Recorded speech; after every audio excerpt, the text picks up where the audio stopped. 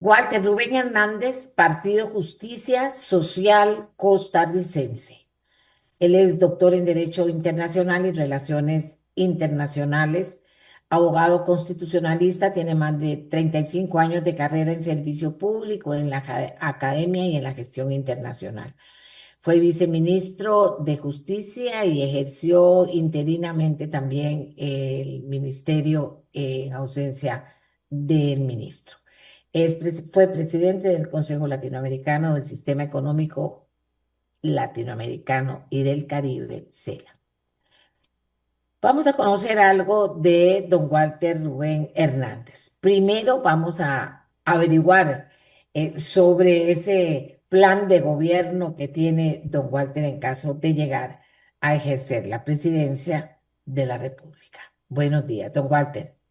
De Buenos acuerdo días. con el plan de gobierno inscrito ante el Tribunal Supremo de Elecciones, en septiembre del 2025 su meta es reducir la tasa de desempleo del 17,7 al 12. Sin embargo, los datos más recientes del INEC sitúan el desempleo alrededor del 7 u 8% y el 17 fue la tasa del trimestre entre marzo y mayo del 2021 en plena pandemia. ¿Cómo explica que su plan use esa cifra como actual y qué metas concretas plantea frente al desempleo con los datos vigentes en este momento? Bueno, hay dos temas, doña Amelia. Señor. Primero, buenos días a todos los oyentes y a todas las personas que nos están siguiendo. Una es que hubo evidentemente una traspapelación de datos, pero fuera de eso, también sabemos positivamente de que ha habido una cierta manipulación y una manera muy particular de calcular los datos concretos del desempleo. Y los datos que ofrecen el INEC básicamente atienden a personas que están buscando empleos, pero que luego de cierto tiempo, normalmente son unos 3 meses, esas personas dejan de buscar empleo, sencillamente se las saca de las estadísticas y no suman ni restan, lo que en realidad no nos da una fotografía presente, actual, de cuál es la verdadera situación del desempleo.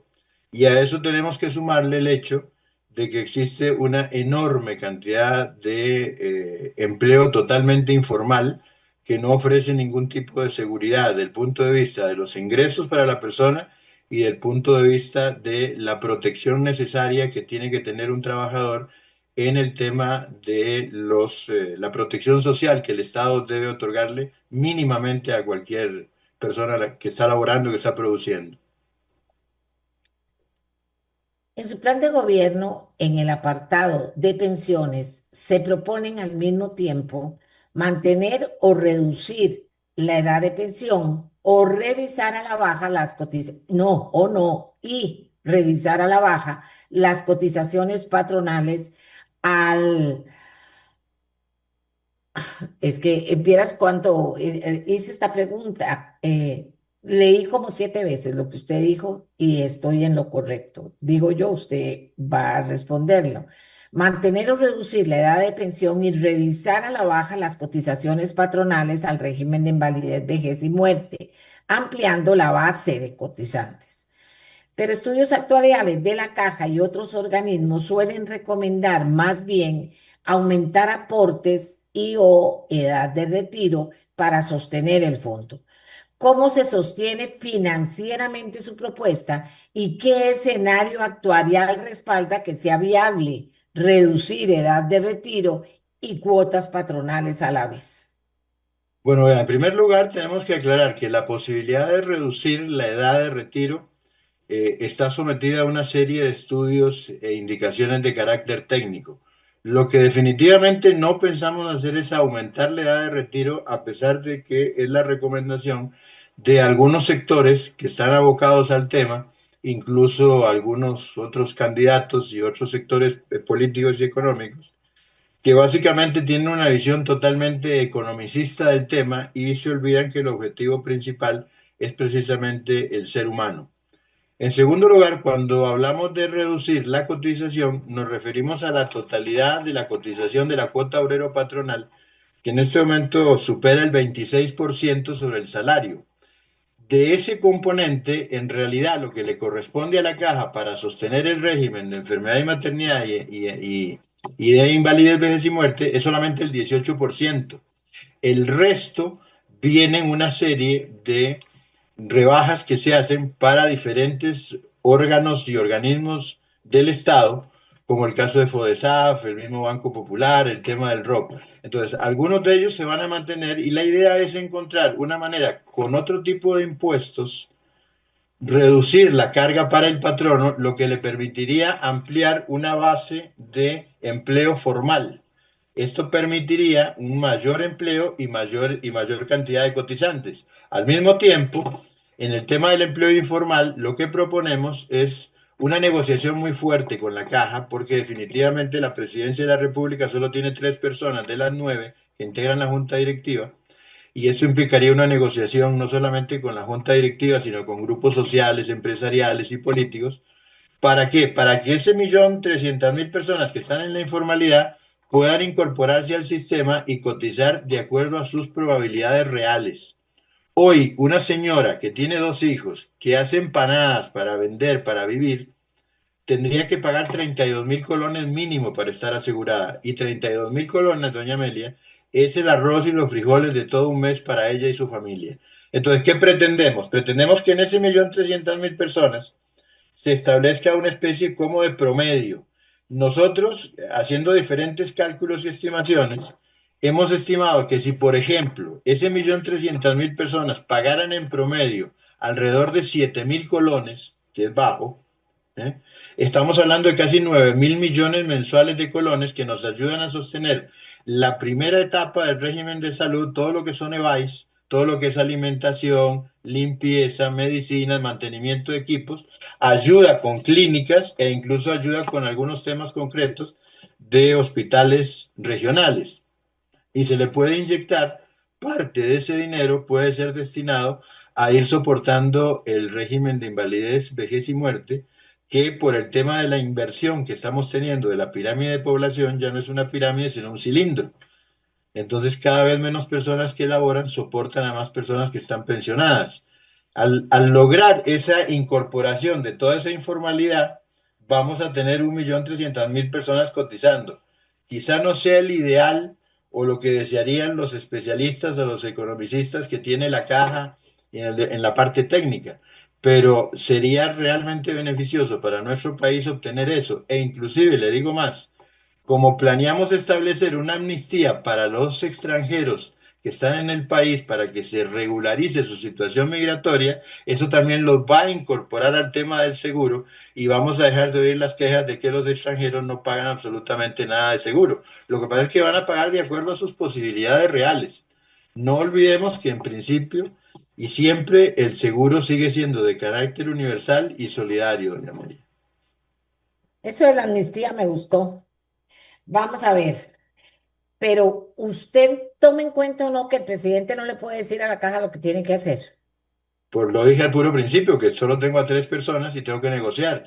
Y es que ahí reside el arte de gobernar, la capacidad de dialogar, la capacidad de establecer puentes que en este momento están destruidos y que se hace imprescindible no solamente negociar con los directivos de la caja, sino con grupos sociales y grupos políticos.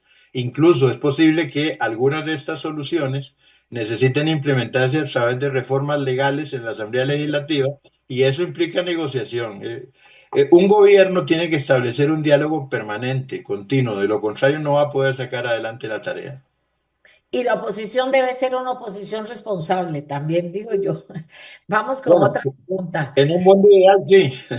Sí, sí, es que si aquí las partes no ponen de su parte, vamos a salir mal. Usted fue embajador de Costa Rica en Venezuela entre el 2003 y el 2008. Durante años fue, digamos, una época que el mundo veía porque estaba Chávez ahí ya implementando lo que quería para Venezuela. Hoy su plan de gobierno plantea textualmente la intervención directa del Estado en la economía liberal hegemónica para redistribuir la renta. ¿Qué aprendizajes concretos extrae usted de la experiencia venezolana con la que convivió? y cómo garantiza que su propuesta de mayor intervención estatal no reproduzca errores que allá llevaron a crisis económicas y sociales increíbles. Bueno, en primer lugar, debo decirle que, bueno, tuve la suerte o la desgracia, depende como lo quiera ver, de ser el testigo oficial de Costa Rica cuando Hugo Chávez pasó de una democracia a prácticamente a una dictadura. Y básicamente lo hizo por la manipulación, por un uso abusivo del derecho, por un uso abusivo de ciertas herramientas que tiene la democracia, como el referéndum, la consulta popular, las elecciones, a lo que hay que sumar, lo que hay que sumar en el caso de Venezuela, una pésima, desastrosa y vergonzosa oposición política que se enfrentaba a Hugo Chávez y que le permitió hacer prácticamente lo que le viniera en gana. En el caso concreto, nuestra intervención siempre va a estar apegada precisamente al contexto de la ley y confiamos en que precisamente la misma oposición desde la Asamblea Legislativa sea un contralor político eficaz. En una democracia básicamente gobierna la mayoría, colegirla con las minorías y las minorías ejercen control político. A todo esto le quiero sumar que como nieto e hijo de periodista soy muy respetuoso de los temas de libertad de prensa y como decía Jefferson, se puede gobernar un país sin Congreso pero no sin una prensa libre. Y yo confío en que precisamente la prensa sea uno de los mayores contralores, informal posiblemente, pero que vayamos a tener en el gobierno. Nosotros no estamos exentos de cometer errores porque somos humanos y el gobierno es humano, pero como lo he dicho con mi equipo y a mi gente, se puede uno equivocar por convicción, pero no por conveniencia. Y se puede meter la pata, pero no se puede meter la mano, doña Amelia. Entonces, nosotros confiamos además en estructurar por medio de estudios, realmente respaldarnos en informes técnicos, para ir encontrando los puntos claves y esenciales donde realmente podemos hacer una intervención mucho, mucho mayor y mucho mejor para el bienestar general de toda la población. En el 2022, la Asociación Costa Rica Integra analizó los planes de gobierno y contabilizó en el caso de justicia social costarricense 7 propuestas relacionadas con el combate a la corrupción, principalmente de tipo preventivo. Hoy su plan 2026 incluye un lenguaje más amplio sobre ética, probidad y combate frontal a la corrupción. ¿Qué cambió en estos años en su comprensión del problema? ¿Y cómo se traduce eso en medidas concretas nuevas frente a las que ya habían propuesto en el 2022? Básicamente, doña Amelia, tenemos que ser realistas y haciendo, como le digo, fotografías de 2022 y de lo que ha venido ocurriendo en los últimos tiempos, somos conscientes que hay un deterioro en una serie de valores y en la conducta ética de muchísimos funcionarios públicos y también en la conducta de muchísimas personas que están en el ámbito privado, que se han prestado, han facilitado, han buscado la forma precisamente de generar corrupción en el Estado costarricense. Todo esto nos ha llevado a extremar, no solamente en el lenguaje, sino buscar la forma de establecer mayores controles, mayor rendición de cuentas en todos los ámbitos. Incluso desde el Poder Ejecutivo pretendemos negociar con los otros dos poderes del Estado, con el Poder Judicial y la Asamblea Legislativa, una manera más eficaz de rendirle cuentas al pueblo costarricense. La verdad es que desde el gobierno, desde muchas entidades autónomas, no se hace una rendición efectiva a la población de qué es lo que se está disponiendo, qué es lo que se está haciendo con los dineros. Y no siempre, y esto lo dijo un jurista romano, Paulo, hace más de 2000 años, no todo lo que es lícito es honesto y no todo lo que el derecho permite está de acuerdo con la moral. Entonces tenemos que encontrar esos puntos y estar siempre atentos y vigilantes, porque el ser humano es corruptible, no es perfecto, se equivoca y falla muchísimo. Somos conscientes de que a la hora de integrar un gobierno que hay que nombrar a miles de personas en puestos de confianza, posiblemente no llegue una manzana podrida, sino que llegue más de una. Así que desde ese punto de vista quisimos hacer hincapié en el programa de gobierno sobre este tema que además siempre es un tema que le preocupa muchísimo a la ciudadanía. Para las personas que me preguntan, estamos conversando con Walter Rubén Hernández del Partido Justicia Social Costarricense. Vamos con la siguiente pregunta.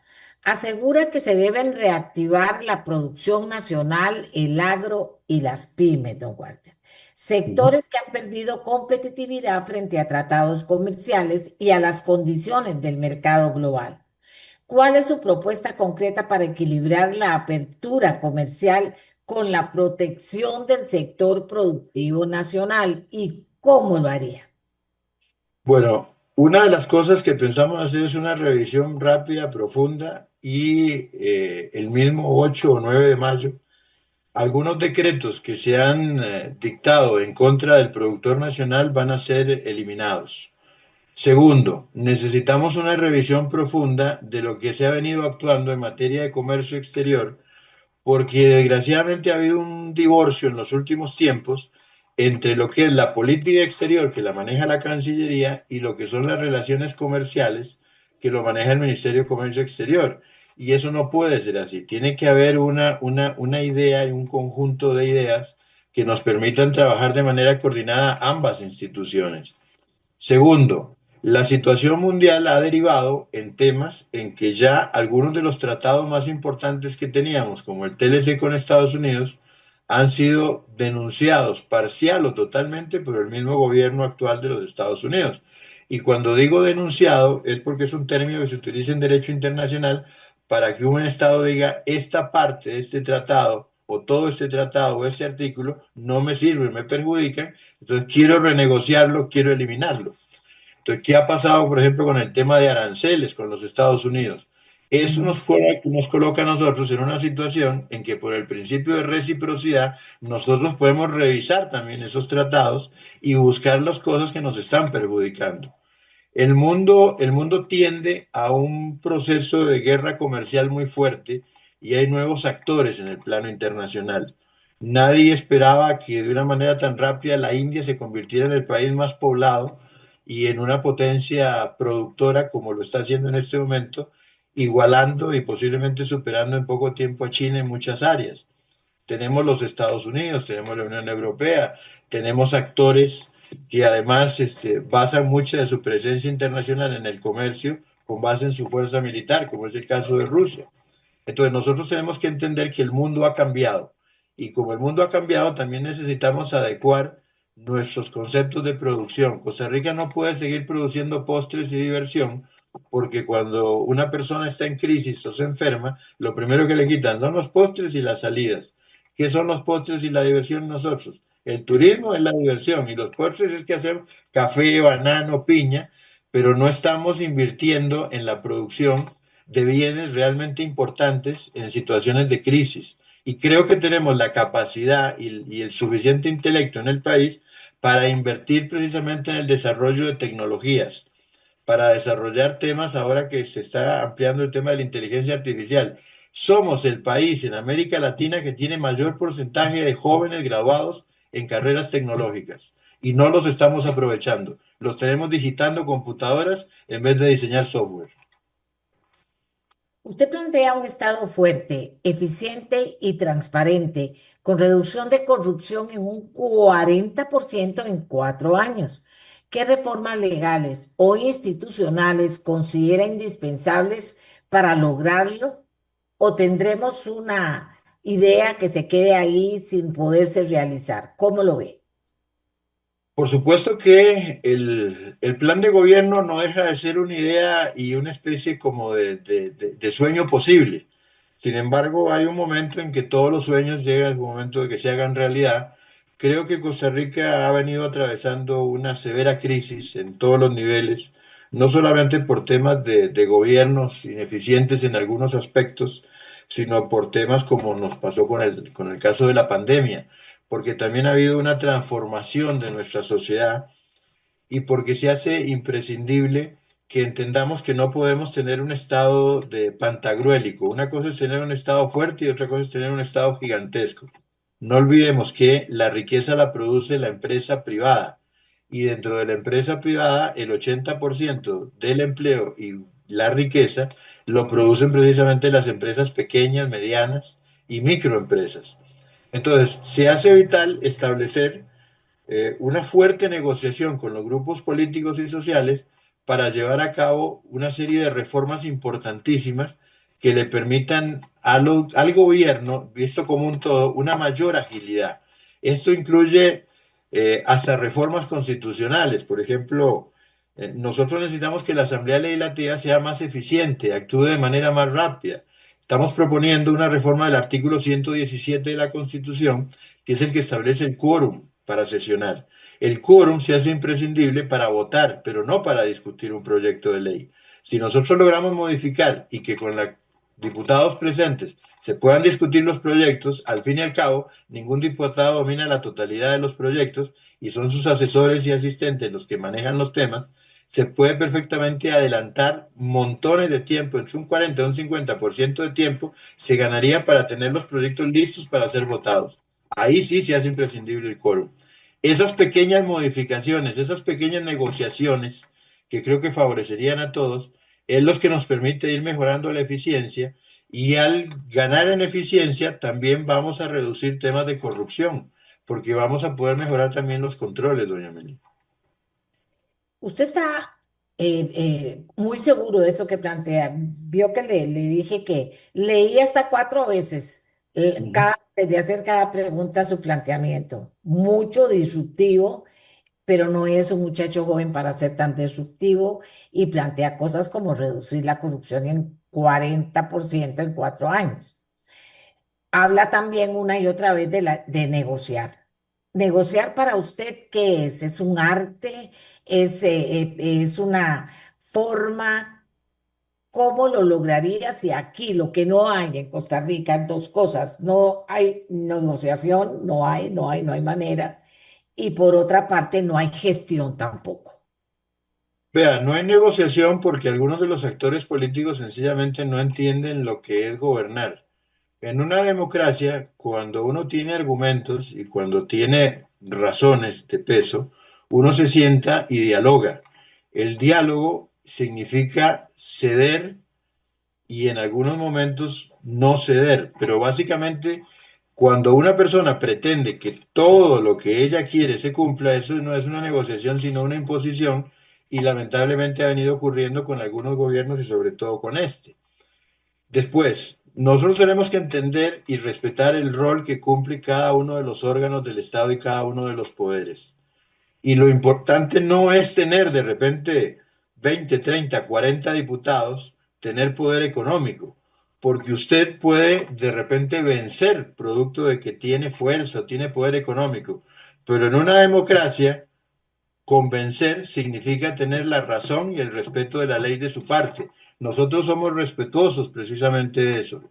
Y puede ser que yo, bueno, ya ni siquiera peino canas porque no tengo mucho cabello, pero no he perdido ni las ilusiones, ni los sueños, ni el afán de que realmente podamos vivir en un país donde lo que impere sea el respeto de la ley, donde nos ordenemos bajo una constitución que al fin y al cabo es nuestro verdadero programa, porque hay compañeros aquí en la campaña política que han presentado programas de 100, de 200, de 1200 páginas, pero Ujú. no dejan de ser una ilusión. La verdad es que Costa Rica tiene un plan de gobierno, tiene una hoja de ruta, se llama Constitución Política. Si nosotros lográramos respetar un porcentaje mucho mayor de lo que respetamos hoy la Constitución, le aseguro, doña Amelia, que el país caminaría muchísimo mejor de lo que está caminando. Usted es presidente, ya.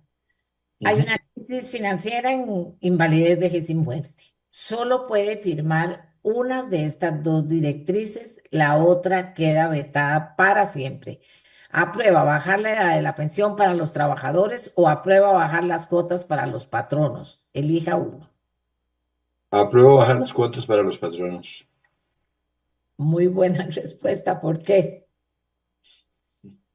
Básicamente porque eso permitiría que los patronos pudieran tener un oxígeno mayor para poder precisamente trabajar.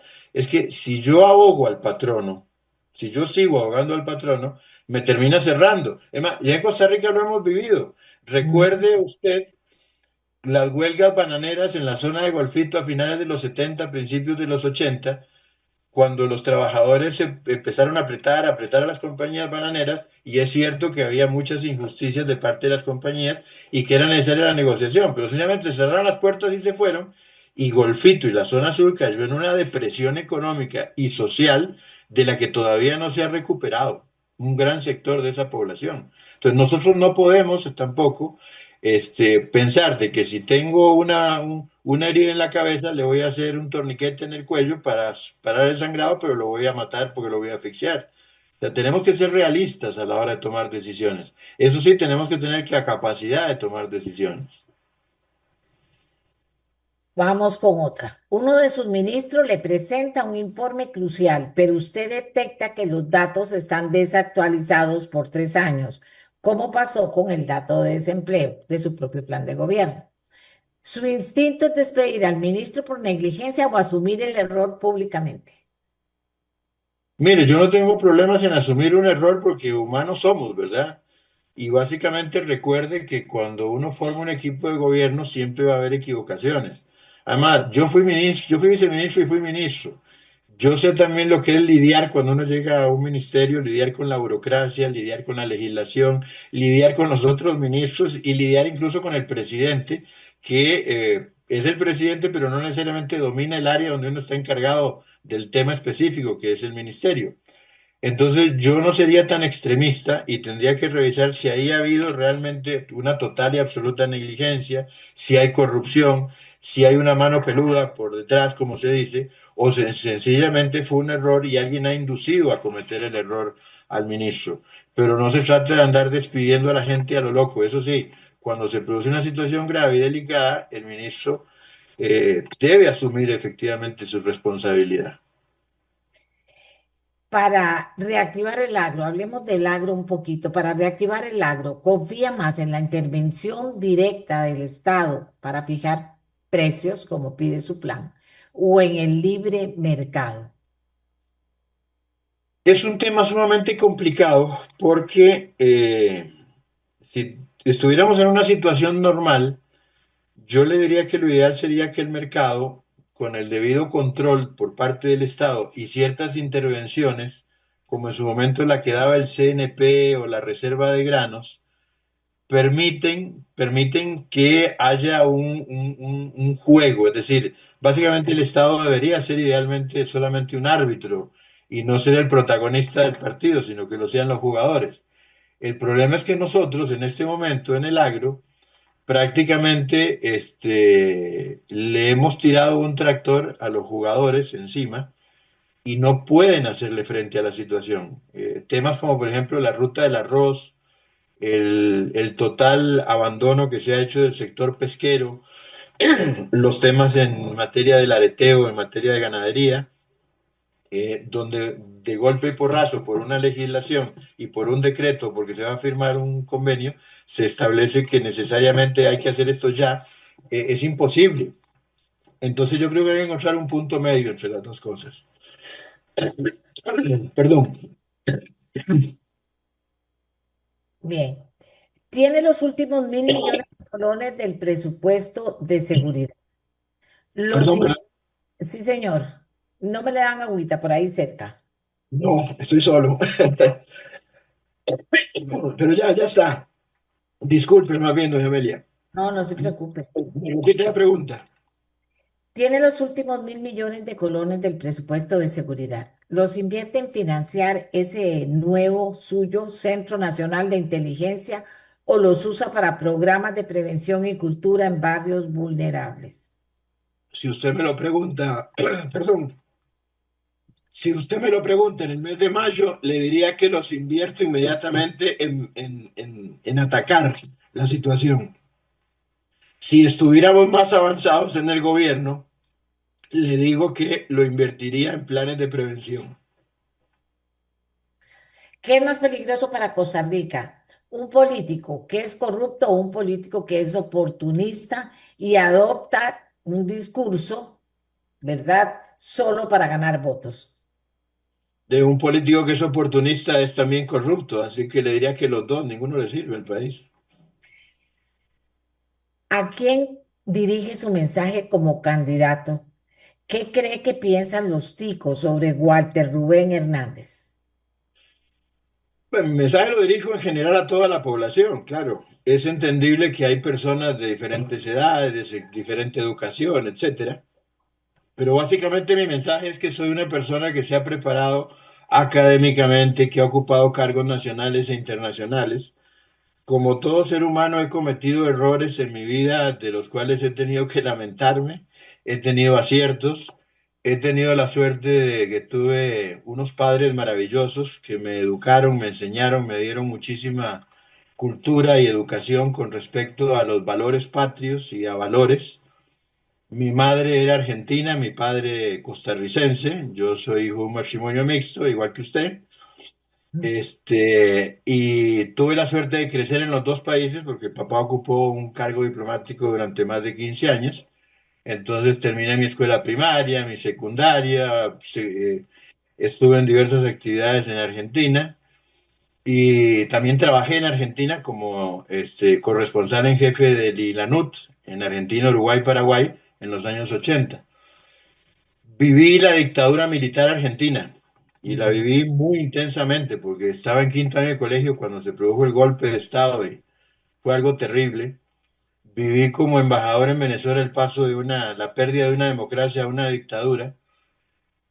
Creo que tengo una expertise y unas vivencias personales que tienen pocos costarricenses.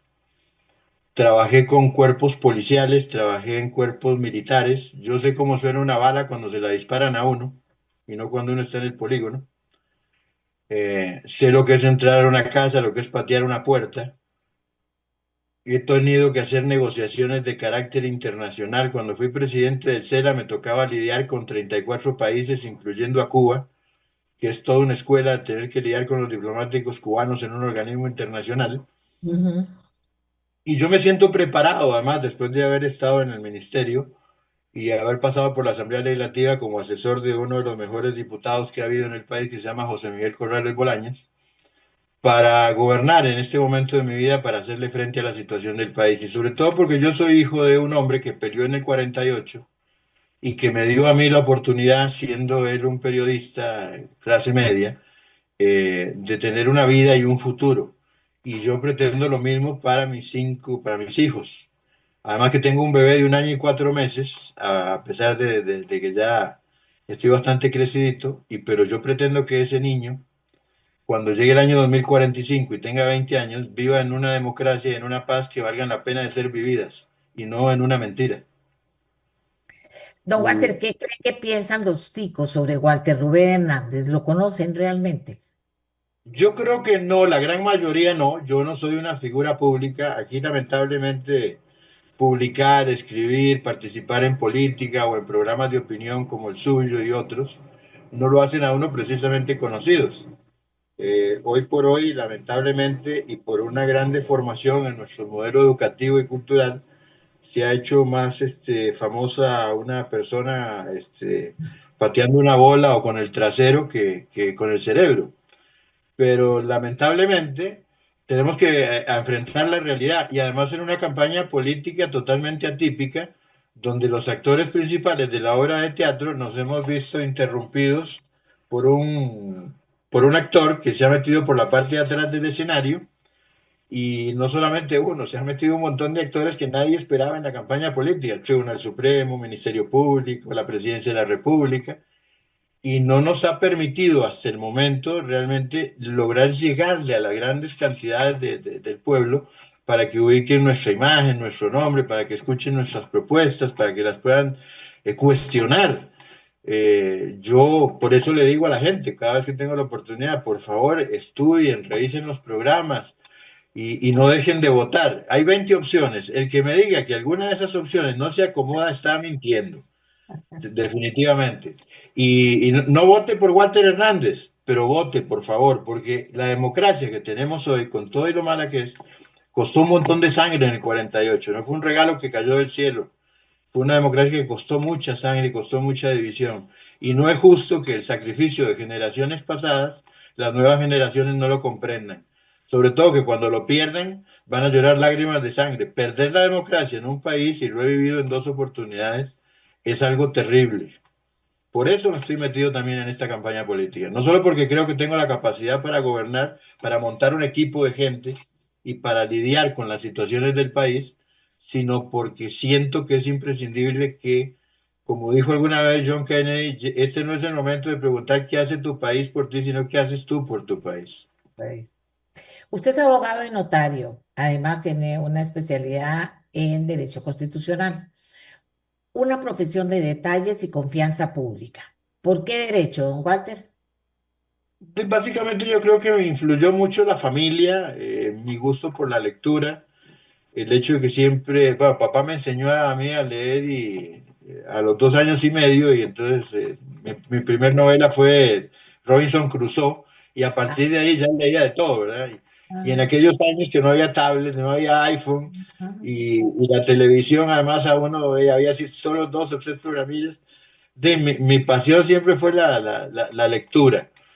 Segundo, mi abuelo, don Rubén Hernández Poveda, que la barra de prensa lleva el nombre de él en la Asamblea Legislativa, fue el cronista de la Constituyente. Mi tío mayor Edgar, que era abogado, fue director de la Asamblea Legislativa. Mi tío Rubén, que es el hermano menor de papá, Rubén Hernández Valle, doctor en Derecho Constitucional. Papá era periodista y fue cronista parlamentario, y diplomático, y siempre metido en política. Entonces yo creo que era casi como inevitable, ¿verdad? ¿Serás lo que debes hacer o serás abogado? Básicamente Ah. decían en la familia. Usted, Y, y me incliné por el derecho, sí. usted fue Aunque embajador. estudié, sí, dígame. No, dígame usted porque a mí me interesa que la gente lo escuche y lo conozca. Bueno, originalmente me había orientado cuando estaba en el colegio secundario en Argentina. Yo fui a un colegio de hermanos maristas, un colegio religioso Ujú, con una disciplina muy estricta y que básicamente preparaba a sus alumnos. La mitad de mis compañeros entraron a las Fuerzas Armadas Argentinas, ¿verdad? Al ujú. colegio militar, a la Escuela Naval Militar o a la Fuerza Aérea. Yo hice los exámenes y los gané, pero la verdad es que no me interesaba. Y primero pensé seguir medicina, pero finalmente terminé en derecho. Y debo reconocer que no tenía problema en estudiar derecho, pero mi verdadera vocación se despertó hasta el segundo año de la carrera, cuando tuve la suerte de llevar un curso de Derecho de las Obligaciones con el doctor Pardo. Y este señor se sentó y nos dio una clase donde yo, cuando terminó de hablar, que se me había pasado, parecía que era un minuto y han sido 3 horas, yo dije, yo quiero algún día saber la décima parte de lo que sabe este señor. Y ese día yo sentí que quería realmente ser abogado, no solamente porque estaba ahí. Yo podría decir que ese fue el punto de quiebre mío con respecto al cariño a la profesión, ¿verdad? Ha construido toda su plataforma política sobre la palabra justicia, pero esa palabra casi siempre la aprendemos de niños, no de adultos. ¿Cuál es el primer recuerdo que tiene como niño de haber visto algo y pensar que, mira, eso no es justo? Vea, uno de mis recuerdos más remotos es cuando yo hice primer grado en Barrio México en la Escuela República Argentina. Y los sábados, un sábado por medio, los varones íbamos a recibir clases sabatinas, básicamente religión, durante 2 horas. Y cuando salíamos de la escuela, en diagonal al costado oeste de la Escuela República Argentina, había un kinder ahí, el kinder Margarita Esquivel, que ya no existe, y donde funcionaba un bar muy famoso que se llama el México Bar, que tampoco existe. Estaba la plaza de fútbol, famoso por los tacos y los ravioles, era el México Bar. Y en la plaza de fútbol, y salíamos todos los chiquillos de la escuela, y era sábado, y entonces nos íbamos a jugar, ¿verdad? Y se armaban no una, eran como 5 mejengas diferentes en cada esquina de la plaza, ¿verdad? Y recuerdo una vez que estábamos ahí jugando, y vi venir a un joven que venía de la zona roja, que está muy cercana ahí al centro de Ujú, Barrio México, a la plaza. ujú, Y evidentemente se trataba de una persona de la comunidad homosexual, por su forma de caminar y su imagen en general, pero él venía tranquilamente por la acera, enfrente, sin molestar absolutamente a nadie. Y recuerdo que un grupo de muchachos grandes, adolescentes, ya de 16, 17 años, un grupo como de 8, cruzaron y sencillamente lo agarraron a patadas.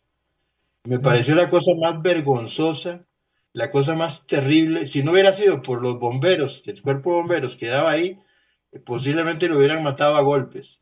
Es decir, a mí eso me molestó muchísimo, se lo comenté a mis padres y papá se sentó conmigo toda una tarde a explicarme lo que era la intolerancia, lo que era el odio. Recuerdo que ese día me habló no solamente del tema de la comunidad homosexual, sino que hablamos de Martin Luther King, de Mahatma Gandhi, y a mí eso me marcó, sinceramente. Yo sentí que no se puede tratar a un ser humano de semejante forma solo porque es diferente. Y creo que eso ha sido parte de la vocación que me ha llevado a hacer más de una quijotada a veces en la profesión y también me ha servido para meterme en problemas, ¿verdad? Pero aquí estamos. ¿Cuál es ese logro privado, lejos de la política y los titulares, que le ha dado la mayor y más profunda satisfacción personal en su vida? Es complicado decir, doña Amelia, porque ha habido muchas cosas. Mis hijos es lo mejor que yo tengo en la vida. Este bebé, que lo tuve a los 65 años, que tiene 1 año y 4 meses, es una verdadera satisfacción y una locura.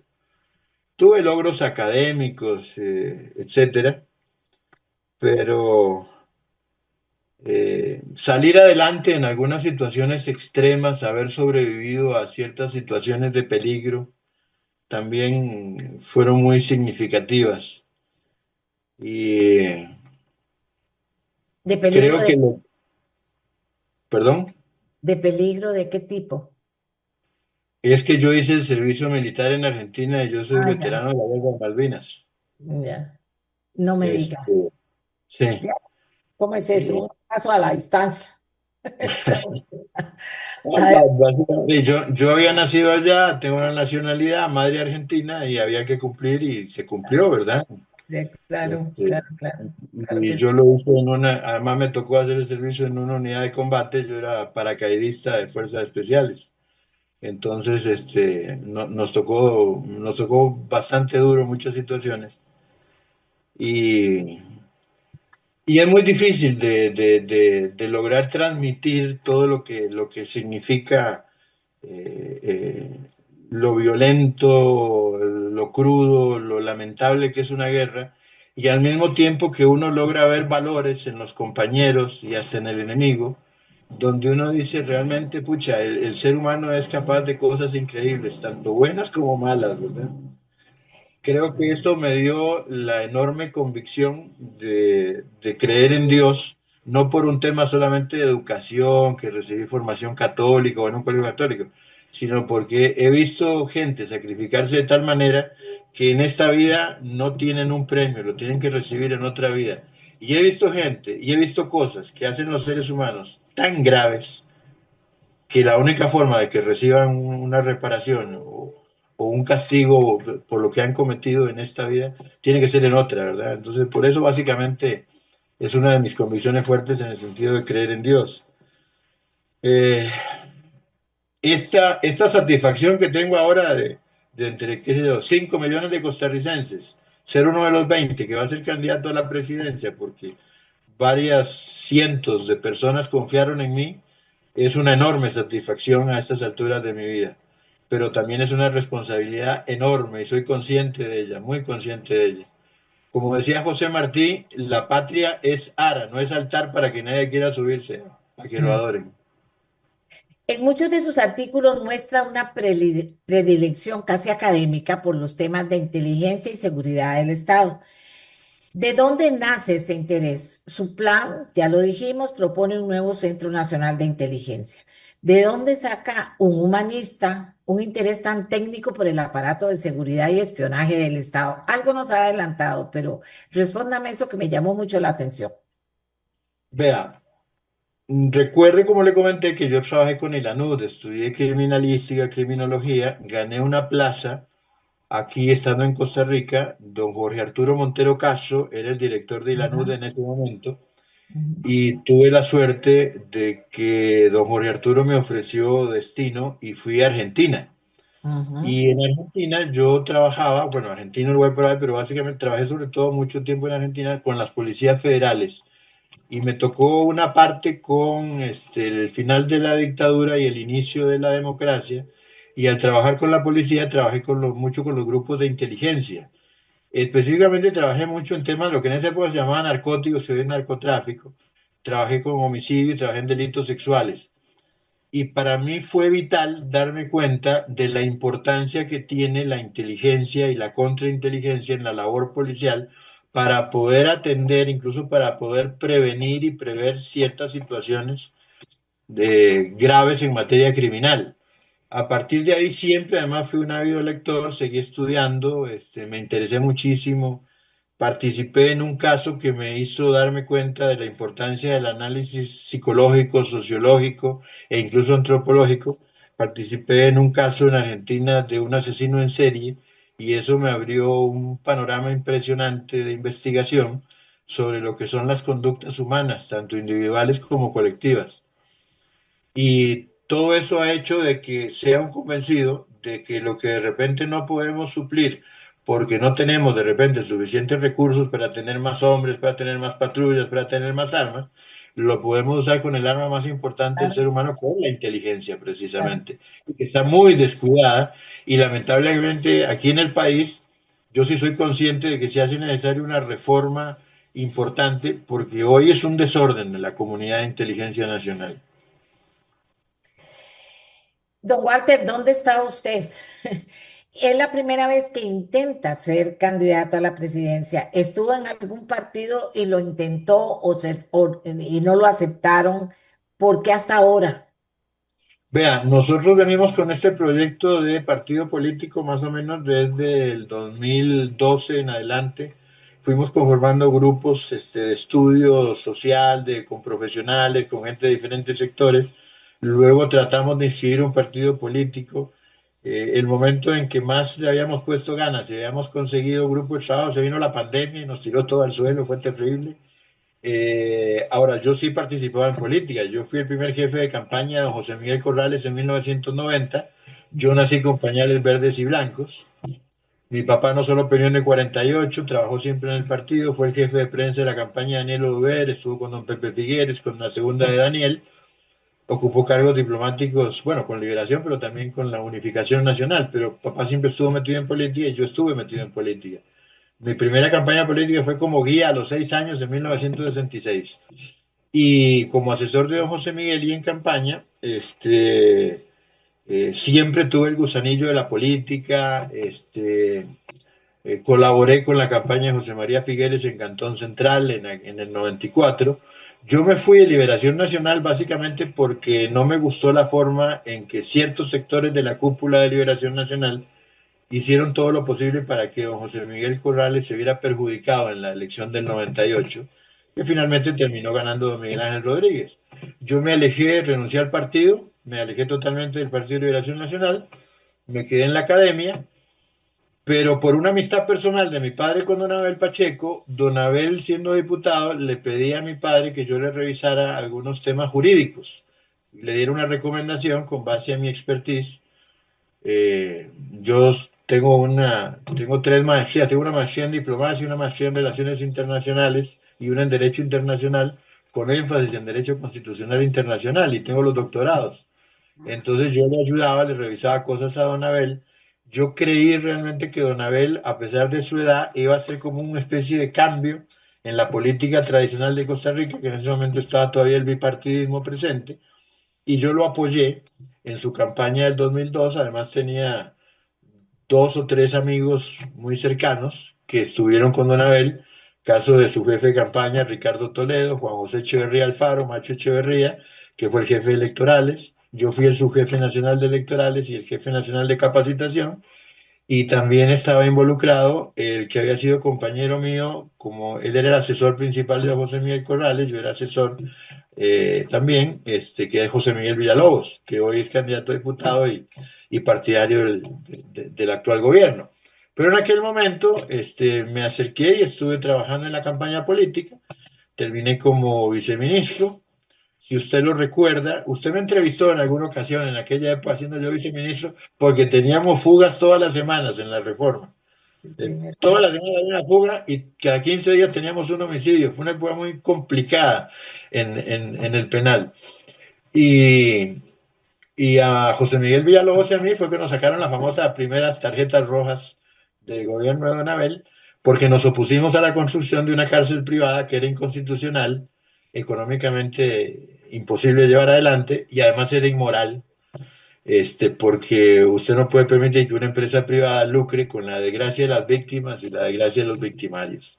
Eso para mí era vergonzoso, que se hicieran de los montones de dinero que se iban a hacer y que además teníamos que garantizar una ocupación del 80%. Ni un hotel de lujo en Costa Rica necesita el 80% para sostenerse.